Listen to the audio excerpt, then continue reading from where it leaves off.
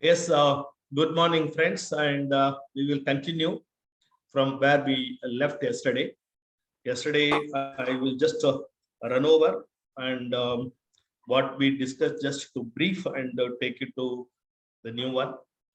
And we discussed about how to plan, how to find out the goal, how to do the financial planning,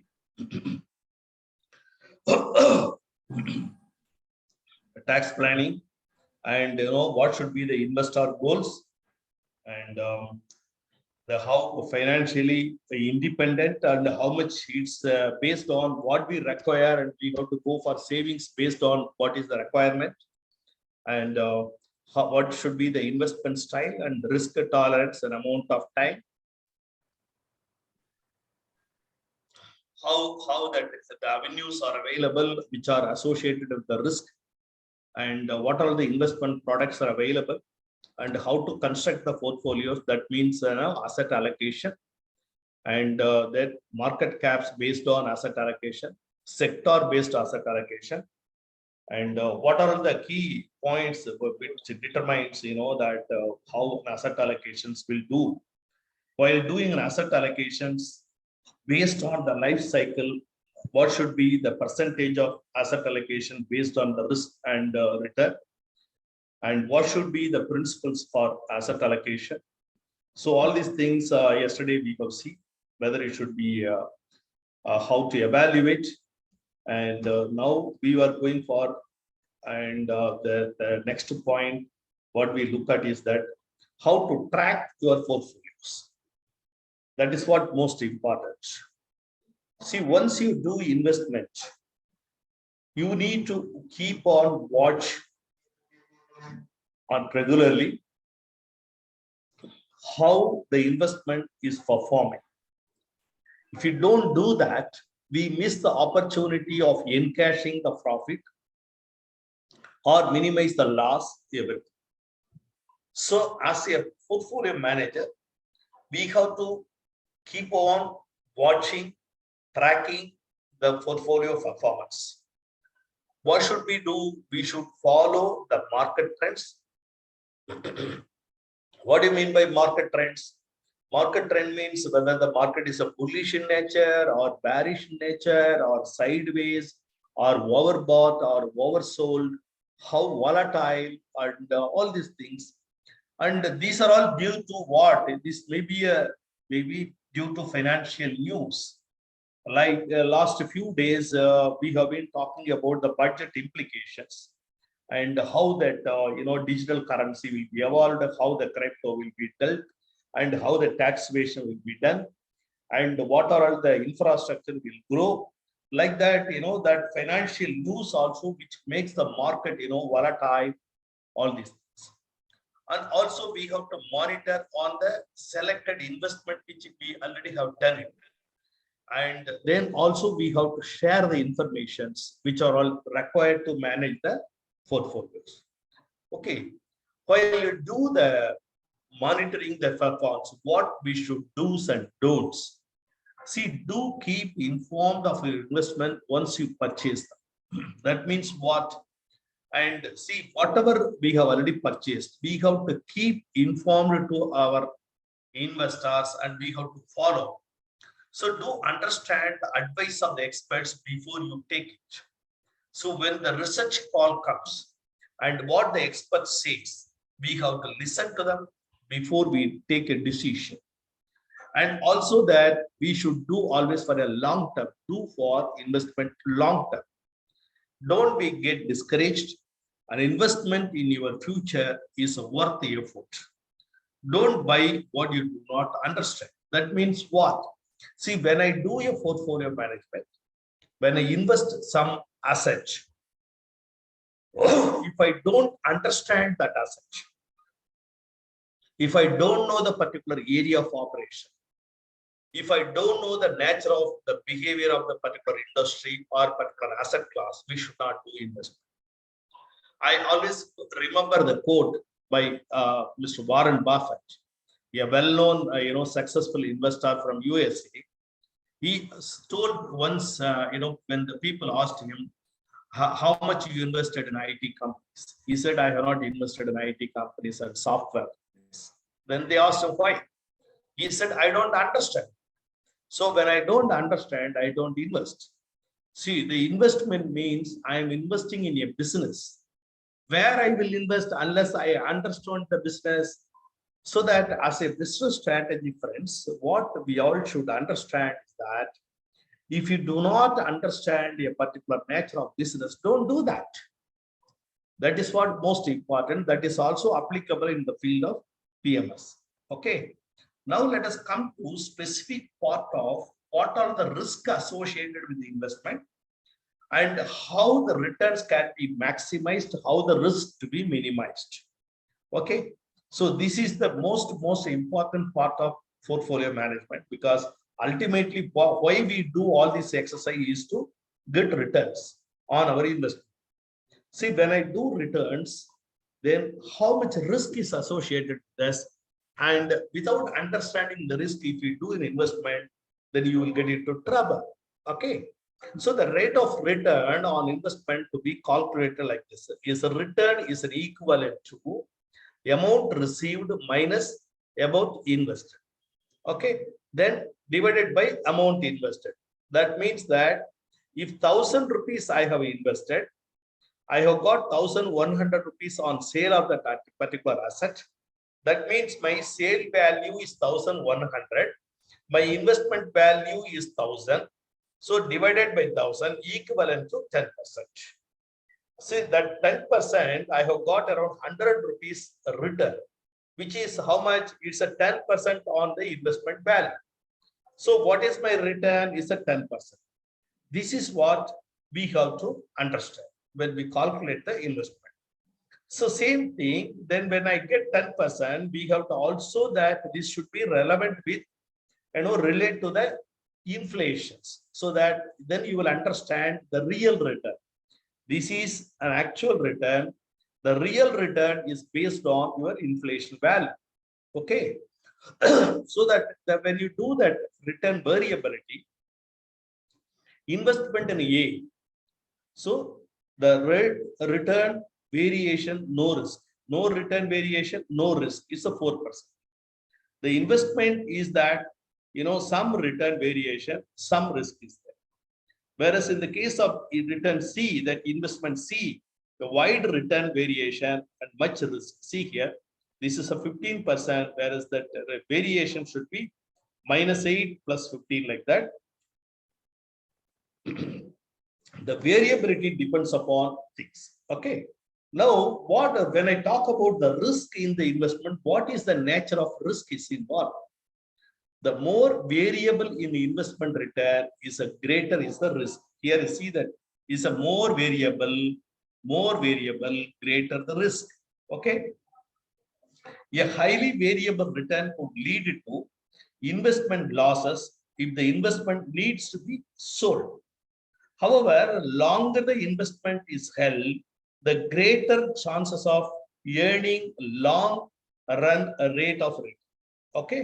That is the reason we always tell that you do the construction of the portfolio for a longer period. So when investment risk is related to the probability of earning a lower negative actual return. Sometimes there may be a lower return, sometimes there may be a negative return. That is a probability. There may be chances, that is a probability of earning lower. So that is, there is no assured. For example, when you invest in a fixed deposit, you are assured about 5% return on your investment. There is an assured, there is no risk at all, because there is no negative or there is no lower. So that absolutely it's a zero risk investment. The fixed deposit is a zero risk investment. So there is no risk at all. So why? Because the return is an assured. So greater the chance of lower than expected or negative return is riskier the investment. Suppose the same way, if I do an investment in an equity product, there is every chance that whatever I have invested may go down. I may get a negative return. There is no assurance that I will get a positive returns. Okay, you get my point. So this is the return. This is what we need to learn that. Okay. So the standalone risk and portfolio risk. That's what we have to understand. When you breaking down sources of the risk. Now let us what we have discussed about the risk. Now let us how to breaking down the risk so that we can handle the risk. Because once you understand the risk, we cannot live like that. What is the main purpose of reading the risk? Once you understand the risk, ultimately you have to manage your risk. Okay.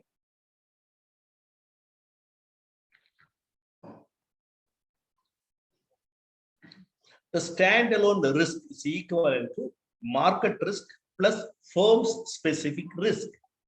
What is that? See, market risk means it's a broadened overall, that when the entire market is falling or when a particular industry is falling or industry is going up, that is a overall is a market risk due to currency fluctuation, due to various reasons, external reasons and financial reasons, policy reasons, and so many. It's an overall market. See, that you cannot avoid it. See, when the market is a market, it has got its own characteristics and its behavior. That kind of, the risk you cannot, that eliminate through diversity. Whatever the diversification you do, then the market, if overall market is going to fall, whether it is a cement industry or a steel industry or any sector for that sense, it may fall. You cannot eliminate that kind of a type. So market risk is only measured by beta. That is what we can do. There is a market risk. There is way of handling the market risk. But there is another risk called firm specific risk. For example, when you take at the telecom sector, like Vodafone, Idea Vodafone is losing, whereas Bharti Airtel is gaining, whereas the Jio is gaining. These are all, firm specific, the risk involved. This can be eliminated by diversification. For example, if the entire telecom industry is in trouble, then I can always reduce my asset allocation to the telecom sector, and I can very well go into the metal where it is going to do well, and the digital economy, whichever the companies involved in the digital work, and which I can increase my asset allocation through diverse. So the specific risk can be eliminated through a proper diversification, whereas the market risk can be done only by understanding the beta. What do you mean by that? For example, the entire today, for example, Sensex is falling 500 points. That means almost, for example, 1% Sensex have fallen, whereas some stock have fallen more than 2%. Some stock have fallen 4%. Some stock has fallen only 0.5%. Whereas some stocks still would have gained +5. Now you understand my explanation. See, overall market has been falling. 1,000 points have fallen, Sensex. That means let us assume that 60,000 index, 600 points down means 1% market has fallen. If the index is fallen 1%, the whole market is fallen 1%. Some stock is fallen 2%. That means that the beta is 1:2. That means if the market falls 1%, it falls 2%. That some stock only 0.5. That means 1:0.5. The beta ratio is 1:0.5. Some is 1:0.85. So that shows that the particular company's stock are all well, the defensive. It falls less when the market falls more. Then that I can keep more asset allocation, that kind of an equipment, and asset rather than which falls, beta is more. Beta is an impact analysis. Okay, we will read it. So now let us understand how the standard deviation works. So the investment risk is measured in terms of standard deviation. Most important measure of variation shows variation about mean has the same unit as the original data. So this is what, the standard deviation formula. When you take to XY observation, and mean and total of observations. When you do this, you will get a standard deviation. Based on that, you can decide what should be the mean. You need to know how to do the standard deviation to understand the mean. For example, you see data 11, 12, 13, 14, 16 like this. When you understand the data A, the mean is almost around, mean is equal to 15.5. That is, S is 3.38. Whereas in the data B, it changing different. Whereas the data C, it changing different. So it can be seen from above data that S, ETS with the same ES means could have widely different standard deviation depending upon the variance from the mean. See here, data C is here, data B is here, data A is here. Here that standard deviation is 3.38. Here standard deviation 0.9. Here it is 4.57. Okay. So these are all you will not be able to learn, just look at it. You have to work. You have to go and do some kind of, for workings. Then only you will be able to get it. So what is the market risk premium? So the additional return over the risk-free rate needed to be compensate the investor for assuming an average amount of risk. Its size depends on the perceived risk of stock market and the investor degree of reverse aversion. Okay, so varies from year to year, but most estimates suggest that it ranges between 4% and 8% per year. This is what risk and return are related. Yesterday also I have shown some of the things. And small company common stock, the average annual return is around 12.7. Here the risk index is 33.9, the risk index. Whereas the common stocks in general, the average annual return is 11%, the risk index is lower, 20. Still, long-term bonds 5.7, 8.7. Treasury bills 3.8, 3.2. Whereas the inflation keeping at 3.1. Now you understand when the risk index is high, your return is high. When the risk return is lower, and that your treasury bills return also lower. This is how when you take more the risk, you get the more the return. When you get lesser the risk, you get the lesser the return. Okay, just understand this. The risk depends upon the length of the time. Okay, and just look at that chart.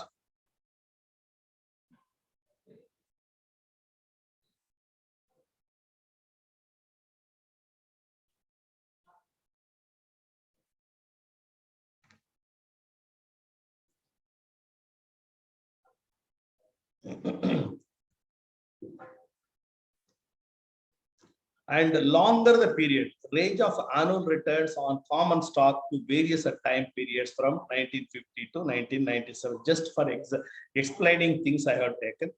Longer the period, you get higher the return, and lower the period, you get that minimum returns. So ultimately, what you learn from this is that to have that longer period of construction of portfolio will always benefit. Same way, you cannot do the market timings.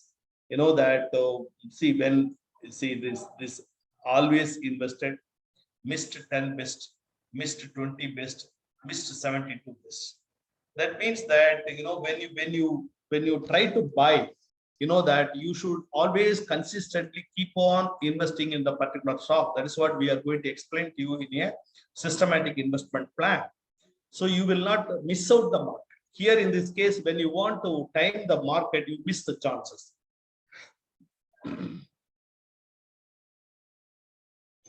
This is another method of rupee cost averaging, can reduce the risk of investing by less when the price is high, more when the price is low. For example, you decided to invest in the Reliance Industries. The price may fluctuate. When the price is at a high, try to invest smaller amount, smaller quantity. When the price is low, then invest more. so that you get average. It's nothing but, that is called, rupee cost averaging method. For example, see, investment amount 150, the price per share is 70 rupees. I do only 2 shares. When it is a 25, I buy 6. When it's 50, I buy 3. So my average cost is 50, whereas weighted average cost is 40.91. So that even it is 75-20, I invested in 3 ranges, my average cost has come down to 50 rupees. So that when market bounce back, I always make a good amount of money. Okay. How to measure the risk?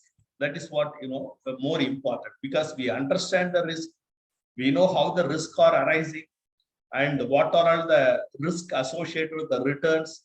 But how to measure the risk so that I can do my mean, I can do my standard deviation, I understand my beta, so that I can decide my things. So there are 2 kinds of risk is there. One is the systematic risk, another is the unsystematic risk.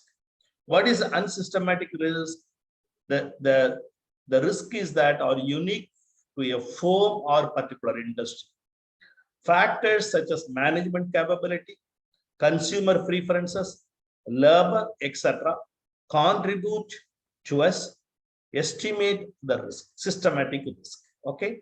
So unsystematic risk are controllable by nature and can be considerably rapidly reduced by sufficient diversification once portfolio. So unsystematic, how to manage? It is controllable by nature. Okay. So that what we can do, we can considerably reduce the sufficient by diversifying the portfolio. What is a systematic risk? Systematic risk are associated with the economic, political, sociological, and other micro level changes. So they affect the entire market as a whole and cannot be controlled or eliminated merely by diversifying one's portfolio. This is nothing but what I told you earlier about, the market risk and the specific risk. Market risk is a systematic risk, and that firm risk is unsystematic risk. Okay. So the systematic risk are associated with the economical and political, sociological, and other macro level changes that affect the entire market as a whole and cannot be controlled or eliminated merely by diversifying one's portfolio. Now let us understand the beta. What is the beta? Okay. This is the most important. This is the thing, it's all purely you would have studied in the maths that mean, mode, median, beta, all these things, standard deviation, deviations, all these things normally you do it in the statistics also. Okay. The degree to which different portfolios are affected by the systematic risk as compared to the effect on the market as a whole. So is different, is measured by the beta. That's what I told you. As a market whole, how do we understand the market is fallen or what percentage it's fallen and how much it's fallen, everything? Just look at the index. So index is reflecting the market move. Index is a measurement of market ups and downs. How much points are losing, how much are gaining. I hope I have already told you about the Sensex, about the Nifty. So this beta is the thing, but when the market is so fallen so much, how much the particular portfolio have fallen. The systematic risk of various securities differ due to their relationship with the market. Some stock are very good relationship with the market. Some are now totally disassociated from the market. Some are all lightly connected, not very much. So the beta factor describes the movement in a stock or portfolio's return in relation to that of market return. For all practical purposes, the market returns are measured by the returns on index. So since the index is a good reflector of the market, that is what I have explained. How to beta, what is the methodology formula? Just you can have this formula, you please note down. You can also please note down. I'll just leave for a few seconds so that you can note down the formula of how to beta is calculated.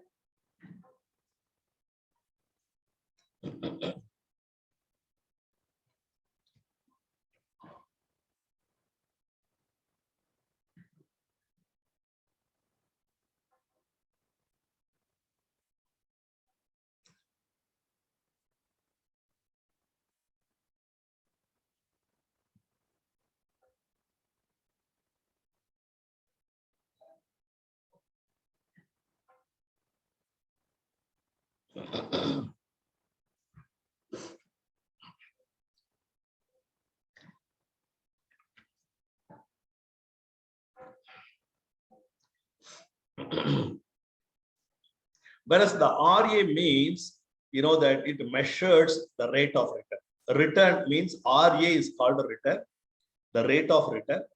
And, the asset RP means measures RP, see here, RP measures, see RP, here RP measures the rate of return of the portfolio of which the asset is part, and that, and so COV here, see, means RA, RP is the covariance.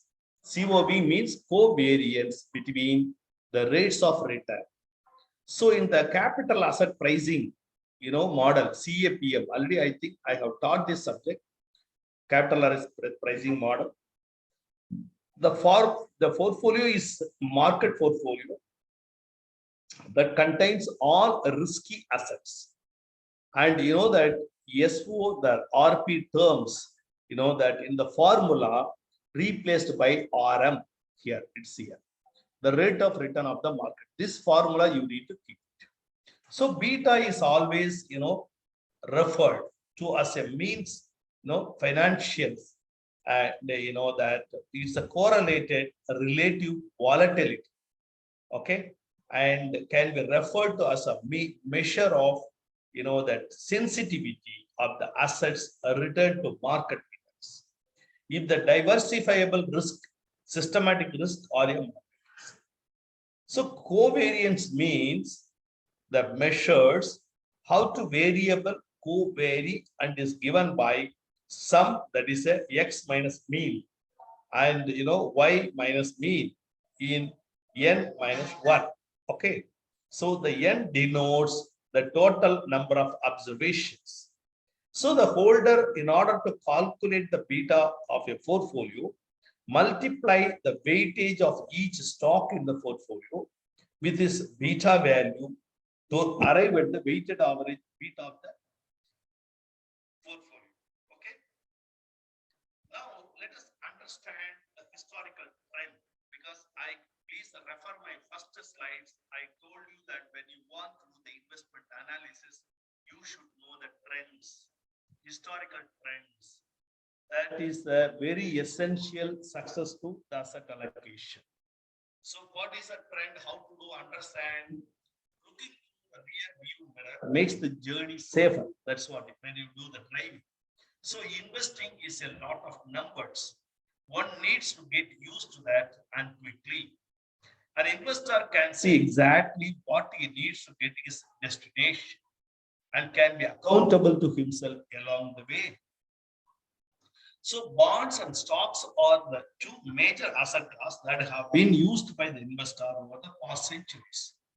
But knowing the total returns of each of these and their associated volatility is a crucial to deciding where an investor should put his money. These are all the basic factors. Friends, when we do about the PMS, we have used a lot of terminology. Okay, a lot of terminology we have used. And you need to first of all understand what it means, because when in the course of our discussion on the portfolio management, I have used a lot of terms. What do you mean by that? First we say asset allocation. What do you mean by an asset? An asset means anything that has got a monetary value. A typical personal assets include stock, real estate, jewelry, art, cars, and bank accounts. And asset allocations means what? Dividing investment dollars among various asset class, typically among the cash investment, bonds, and stock. What do you mean by asset class? Asset class, there are three major asset class are cash, reserves, money market instruments, bonds, and stock. What do you mean by diversification? Diversification is nothing but investing in a separate asset classes like a stock, bonds, cash, and or stock of different companies in an attempt to lower all the investment risk. Okay. When I say portfolio means what? All the securities held by an individual or institution or a mutual fund called portfolio. Compounding. What do you mean by compounding? Where an investment generates earning on a reinvested earnings. I earned 100 rupees, I earned another 10, I put 100, I earned another 10, I put 120. A reinvestment, that compounding, you know that you get interest, gets interest like that. That is called, compounding is, one of the best way to maximize, wealth creation. Capital appreciation means what? One of the two components of total return is called a capital appreciation. How much the underlying value of the security has increased. If you bought a stock at 10 rupees per share, it has risen to 13 rupees. That means that you have enjoyed 30% return or appreciation on the original capital you have invested. Also, the dividend yielding. See, this dividend is nothing but you know very well that is paid by the company to the shareholders. What do you mean by dividend yield? The annual percentage of a rate of return paid in dividends on a share of stock. To figure out the dividend yield or just the yield, divide the annual dividend by the current share price of the stock so that you get a yield. Yield means the percentage.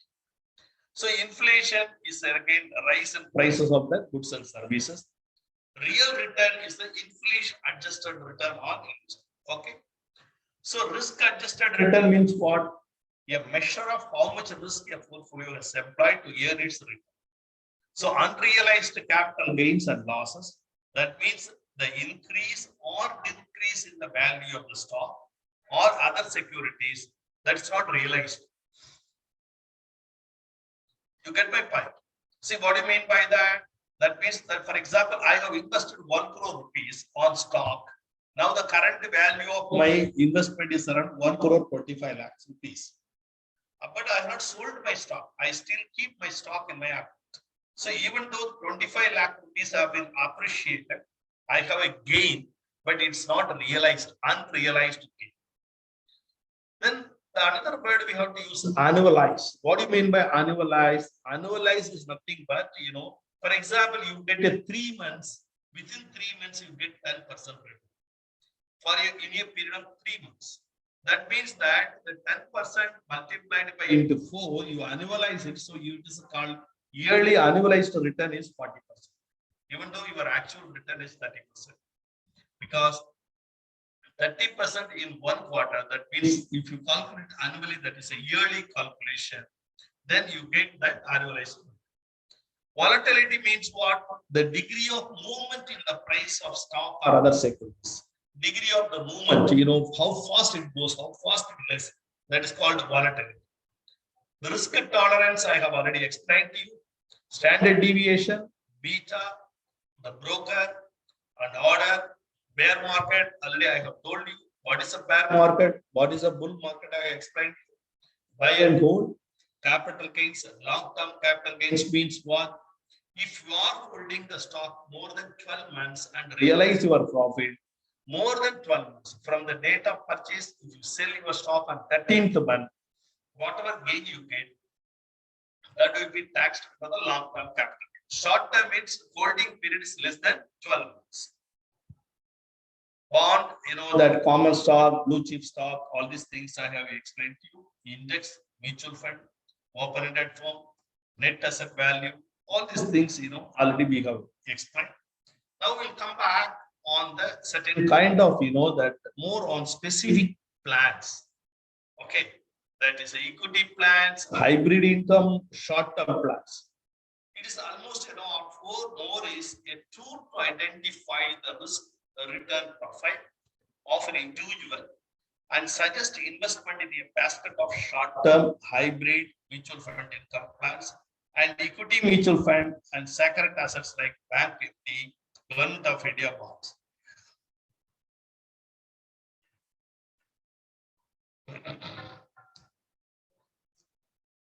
This is an asset allocation based on risk profile, and we have already discussed this. The more important is that asset allocation is a disciplined, long-term financial strategy for investing money into various asset classes based on the investment goals, the horizon, and risk tolerance. That is more important. This already we have discussed. And we already discussed about the risk profile, conservative, moderate, aggressive. This is what that when you do the asset allocation, equity plans and short-term plans, floating rate, long-term, fixed deposits like that. And it varies, when you do the performance, it varies from persons. Now we will understand the most important part while doing the investment and what is a systematic investment planning. That is called an SIP. That is nothing but rupee cost averaging model. We already discussed, but it comes as a different terminology. The mutual fund, either direct equity or direct mutual fund. You understand what is a SIP. Is the most important. Actually, I have tried my level best to send my team to your class, make you to open a trading and demat account so that you can all practically experiencing that how we can invest every month some amount on a particular stock so that how it does average. Friends, I tell you that because I absolutely tell you there is a very, very less interactions from your team and you don't interact at all. And also you are not attempting to go for a practical mode. These are all the topic unless you go on a practical mode, unless you on-hand experience, you will not be able to understand. Of course, if you are reading only our examination point of view, that is a different. Just to write something, get passed and get your degree and is a different method. But if you want to adopt on your lifestyle, you need to work out, you need to have a practical on-hand training. What is a systematic investment planning? It reduces the risk. Investing a fixed amount at a regular frequency. Every month 500 rupees, every month 500 rupees, or every month 100 rupees, 100 rupees, 100 rupees. Like that, you go on doing whether the market low price or a high price, market ups or down, whatever it may be. If you go on doing every month consistently, then you get average. So that will reduce your volatile, that will reduce your risk also. So this is called a rupee cost averaging and also allows a power of compounding. These both are very, very powerful tools. The power of compounding is an excellent tool in the financial investment so that you should be master of that. So disciplined investing in equity funds over a long time frames helps to generate superior returns. What do you mean by that? There should be investment in equity fund over a long period of frames. That will help you to generate, generate superior returns over a period of time. Okay, so this is how you understand the difference between a rupee cost averaging method. For example, when you are investing in a mutual fund, the net asset value at 70 rupees, you are investing at 1,000. That means you get 14 units because this is a dividend. When the market falls, it has come down to 60. Still, you are investing 1,000. But instead of 14 units, you get 30 units. And falling, market falling is going up. Yeah, but you standard, you do that. When the price falls, you get more units. When the price goes up, you get lesser units. So that this is how you get. Now, even though you invested at 70, you invested at 61, you invested 56, you invested 49, you know that your average investment cost is 56.6 rupees. But when the market is now around whatever the things is ultimately it gets gets averaged. Okay.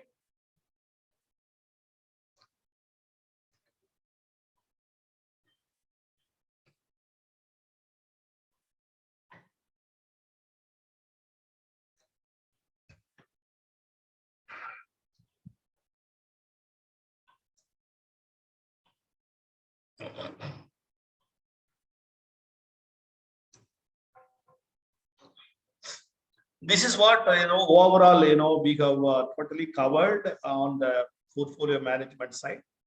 What all we discussed, I go back to the earlier one, and what we discussed is that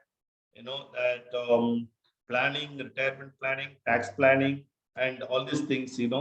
Then this is what determining investment style, risk tolerance, and then how to do the investment style, and what are the avenues are available, how the products are used, and how to construct the portfolio. That means the asset allocations, and then sector-wise allocations. And not only do the asset allocation based on the life cycle, you also do the performance evaluation, keep track of what you do that, and understand where is the risk. And while doing evaluation, to understand the mean and mode and beta, so that impact analysis and do the research everything. And any doubts on this, friends, so that I can yeah, a little bit on what do you do that portfolio revision techniques.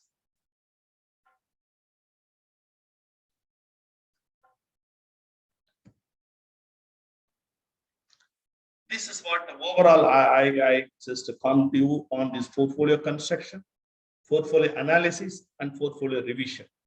These three are, the first step when you do the construction, you do the analysis. That means evaluate portfolio performance on consistent basis in relation to market movements, and portfolio revision. What do you mean by that? Portfolio revision is the process of selling certain assets in the portfolio and purchasing new ones to replace them. So periodics, the reallocation and rebalancing are very much necessary. The reasons to revise portfolio is that it's a major life event. There is a proportion of one asset class increases or decreases substantially, and we expect to reach specific goals. What are the features of the portfolio? Already we have discussed how the asset allocation to be done, and based on the objectives, we discussed about the passive management and also active management. And then what is the formula based on that? Basic rules of formula revision is that, and that formula 1 requires the investor to divide his investment funds in two portfolios, that is aggressive and conservative portfolios. That is one way of doing this. Another is that the volatility of an aggressive portfolio must be greater than that of conservative portfolio. So the larger the difference between the two, greater the profits is the formula. That is what the basic idea. Because the volatility of aggressive portfolio must be greater than the conservative portfolio. So the larger the difference between the two, the greater the profits of the formula can yield. Because the defensive portfolio must include high-grade bonds having high degree of safety and stability of the returns. Okay.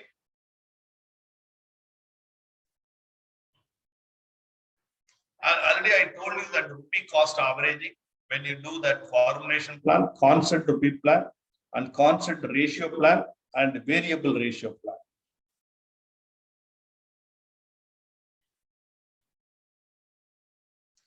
In an aggressive portfolio, already I told you that this actually, yeah, I have taken from various things for refresh up and the last resort that you have a large number of fluctuations and will rise very rapidly and also fall very quickly. This portfolio help investor to have high profits and capital gains, but at the same time will be the risky. Very conservative means what? You don't take risk. That's what ultimately that you go for more on debt instrument, and then based on that you do all kind of things.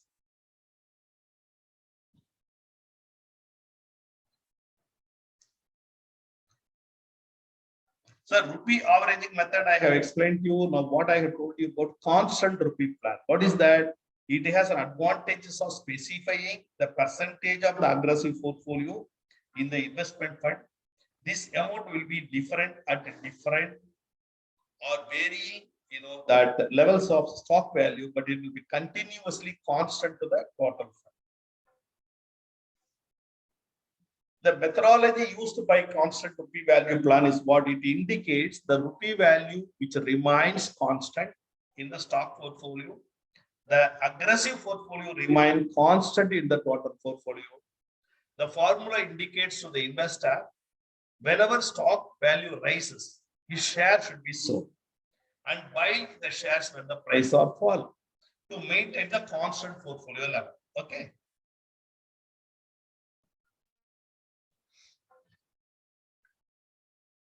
Just I would like to give an example that an investor wants to invest around 10 lakh. You are the portfolio manager. Using the constant rupee value plan, what he decides that the value of aggressive portfolio plan should be 5 lakh rupees and that remaining 5 lakhs would be invested in the conservative portfolio comprising of bonds. So accordingly, he purchased 25,000 shares of a company currently trading at ₹20. So for aggressive portfolio, so he wants to rebalance the portfolio each time the value of the aggressive portfolio moves up or down by 20% only. So the rebalancing will be done in such a way that the amount invested in the aggressive portfolio is always equal to 5 lakhs after each rebalance. So that that is called a rupee constant. It's 5 lakhs rupees on a conservative and 5 lakh rupees non-conservative. That is an aggressive portfolio. This is another called a constant ratio. That means you keep that particular ratio proportionate, always the same in the conservative and aggressive portfolio. Okay, you get my point. So the investor needs to involve in the buying and selling of shares in order to maintain the predetermined ratio. If I keep 50%, I keep 50%. If I pay 10% ratio, I keep 10% ratio. If I keep 20% ratio, it's a whatever I have predetermined the objective while constructing the portfolio. And whatever the objectives you do that, ultimately based on the original construction, it goes on. So one of the advantages of this plan is that there would never be a situation that the money available from the conservative portfolio would be insufficient to rebalance the portfolio, as can be the case in a constant rupee value. Okay. A strategy in which the market value of the stock and bonds are kept at a predetermined ratio. When compiling a portfolio, an investor may decide that the 60% of its value will consist of bonds and 40% will be the stock. Okay, this is what when you do comprising. When the price rise or fall on the securities in the portfolio, the investor will buy and sell accordingly in order to maintain this ratio of 40-60% should not change. It is keep constant. Whatever you do reshuffling, buying and selling, the constant ratio means this ratio should not be changed. This is another method of that a value of conservative portfolio, aggressive portfolio, total portfolio, the ratio is 1. Here, you see here. Here, when the stock price 21, it's become 525, it become 1.05, the ratio. Whereas when the stock price goes up, you keep 10.5, it becomes 1. But what you do that, ultimately, I sell this 10.10% sell 114 shares at 22, so that I bring it back to 1 rupee, 1 ratio. You understand? When the stock price moves up, and that the aggressive portfolio value goes up, only that much portion I sell it here, so that I keep constant about my percentage, the ratio same as 1:100. 1 double is here. You see that. Why? When the price falls, opposite vice versa. If you look at it, here the portfolio increasing, I sell and keep my ratio same. Here the portfolio is falling, the price is falling, So I buy to keep my portfolio constant ratio 1:1. Okay. This is a variable ratio plan. See, it's just the opposite to what we do on the constant ratio. Here, constant ratio, I maintain always 1.00. Here, it is a variable depending upon, that the ratio changes 30%, 70% in the fixed income securities, depending upon the market condition. Okay. The plan is most profitable or an investor when there are a large number of fluctuations. See, under this plan, the ratios are varied whenever there is a change in the economic or a market index. The most important factor after forecasting is that the plan takes into consideration change. The rupee cost, I have already explained to you about that simple average technology. That's here.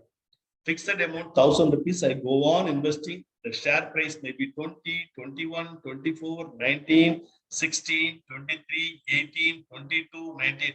So I go on investing, but the amount is constant, so that I invest at whatever the price on a regular amount. This is called rupee cost averaging. When you do that, total of 10,000, the price per share is 19.6. Whereas the share purchase has become 520 shares because I bought at various levels. Okay. Now your average per share is 19.6, even though you have invested at 22, 23, 24, 20, but you invested 18, 17, 16 also, so that your average cost will become 19.6. Okay. You got it, point? You got it? So this is what overall picture about the portfolio. We have discussed about the portfolio analysis and portfolio selection and portfolio construction and portfolio evaluation and portfolio revision. All these things, all these things, and then based on that we have to understand this. My best advice to you is that you should do and a practical approach to construct the portfolio and evaluate, then you will become an expert on this area. Otherwise, the mere study and just writing the examination, you will forget it after some time. Okay, friends. With this, I conclude, and please let me have any questions or any doubt clarifications. I keep the session open for a discussion.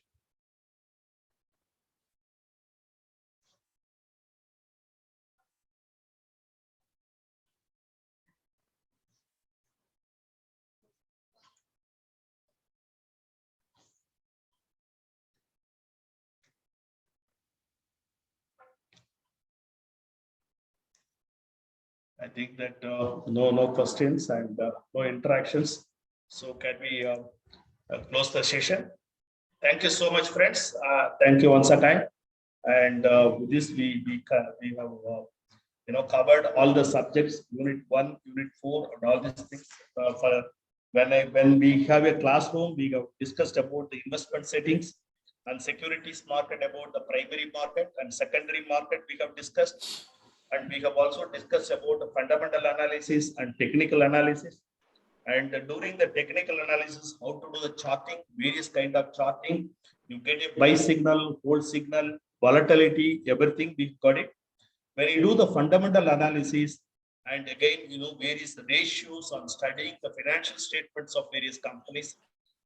Again and again, I am telling you, friends, if you just keep silence, and that I don't get able to get anything, that how much you got this, how much you understood on those areas, and also that it should be practiced. Charting, that it's not an easier one. We have to practice the charting, then only we'll able to understand the average, moving average in a Japanese candle, about the falling candles or rising candles, whether the market is a bullish, the trend line, so many things, and MACD, so many things, very interesting. But unless, see, these are all the subject. I again telling you that it's not an academic requirement. If you read as an academic part, that is a different motive. But if you are really interested to understand, then you want to practice it, then you need to take a different interest and do this. That's more important. Also, even today, actually, I have forward to sir that the NSEs are coming with an excellent, the training plan, wherein you log in and you pay 999 rupees, wherein you get the basic of